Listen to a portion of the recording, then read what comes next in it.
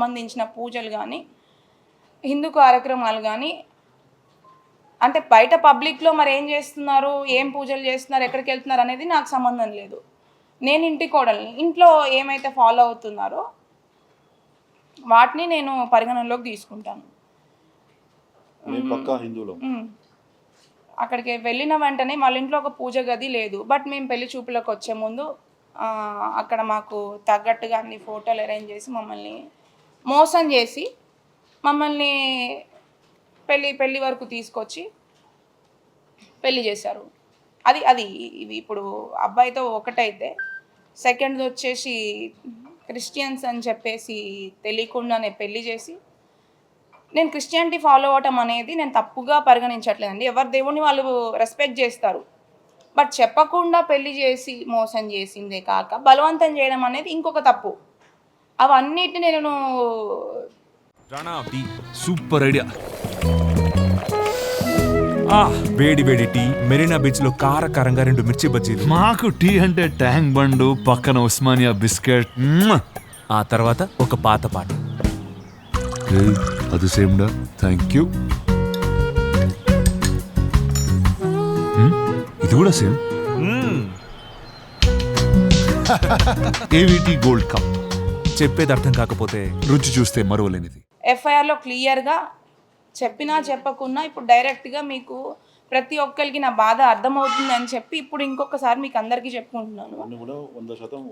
ఎందుకంటే అవన్నీ కూడా నేను చెప్పిన దాంట్లో 100కి 100%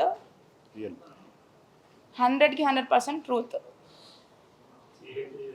అది ఆధారాలు కూడా ఇంకా కూడా దానికి సంబంధించిన ప్రతి ఒక్క ఆధారం నేను ఎఫ్ఐఆర్లో ఉంచిన ప్రతి ఒక్క అక్షరానికి నాకు దానికి సరైన ఆధారాలు ఇంకా కూడా ఉన్నాయి. అవి కూడా మీకు అర్థమయ్యేటట్టు నా మీద ఫ్యూచర్లో తప్పుడు ప్రచారాలు, ఇదంతా ఏదో రాజకీయం కోసం చేస్తుంది అని చెప్పి డైవర్ట్ కాకుండా నా దగ్గర ఇంకా కూడా ఎవిడెన్స్ ఉన్నాయి. వాటిని అన్నిటిని కూడా మీకు తొందరలోనే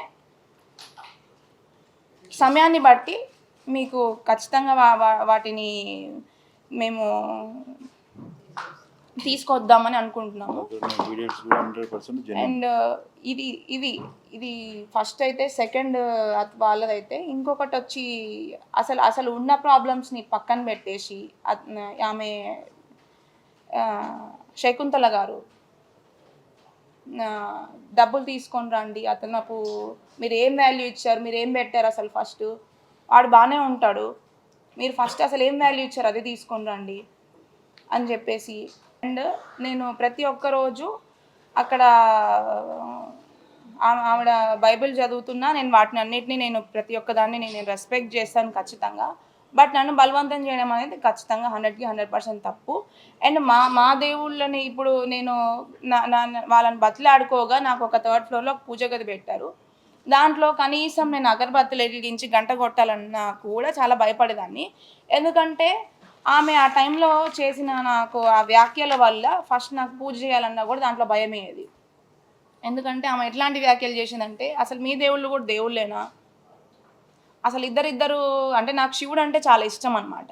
ఎప్పటి నుంచో, చిన్నప్పటి నుంచి నేను అక్కడ కూడా వెళ్ళిన తర్వాత ఆ దేవుడినే పూజించుకున్నాను. ఆ దేవుళ్ళ గురించి కూడా అసలు ఇద్దరు వైఫ్లు ఉంటారు, ఇద్దరు పిల్లలు ఉంటారు, వాళ్ళకు కూడా అన్ని మనుషుల్లాగానే అన్నీ ఉన్నాయి. అసలు వాళ్ళ దేవుళ్ళు ఎట్లయితారమ్మా? ఇప్పుడు నువ్వు పూజ చేసావు, ప్రసాదం పెడితే దేవుడు తినేస్తాడా అని చెప్పి ఇట్లాంటి మాటలు మాట్లాడడం కూడా చాలా తప్పు. ఫస్ట్ థింగ్ ఆమె ఇంకా నువ్వు హిందువు, మీ దేవుడిని నమ్ముకున్నావు కాబట్టి నీకు ఇట్లా అయిందేమో, మా దాంట్లోకి వచ్చేసేయి అని చెప్పి ఇట్లాంటి మాటలు మాట్లాడేదన్నమాట. నేను ఎప్పుడు కూడా వాళ్ళ దేవుళ్ళని అయితే నేను తప్పు పట్టలేదు. ఎవరి దేవుడు వాళ్ళకి, ఎవరి దేవుళ్ళు వాళ్ళకే గొప్ప.